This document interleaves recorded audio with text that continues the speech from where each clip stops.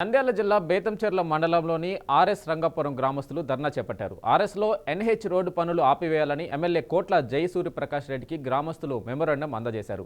NH రోడ్డుతో వేరే ఊరు వెళ్లేందుకు తమ ప్రయాణ మార్గం పెరుగుతుందని ఆందోళన చెందుతున్న గ్రామస్తులు స్థానిక గ్రామం నుండి మంగళి తిమ్మన్న కుంటకు వెళ్లే రస్తకు 25 అడుగుల దారి ఇవ్వాలని డిమాండ్ చేస్తున్నారు. అంతేకాకుండా రోడ్డు మార్గంలో సర్కిల్ను కూడా ఏర్పాటు చేయాలని గ్రామస్తులు కోరుతున్నారు.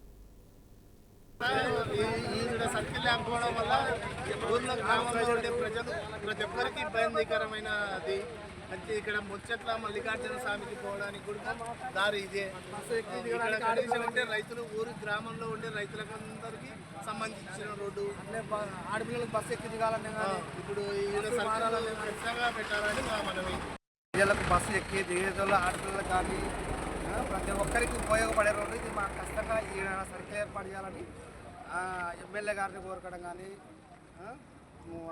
పై ఆఫీసులు కలెక్టర్ గారికో రోడ్డు శాఖ వాళ్ళకో అందరూ కోరుతున్నాము. ఇది కానీ లేకపోతే చాలా ఇబ్బంది పడే పరిస్థితి ఉంది.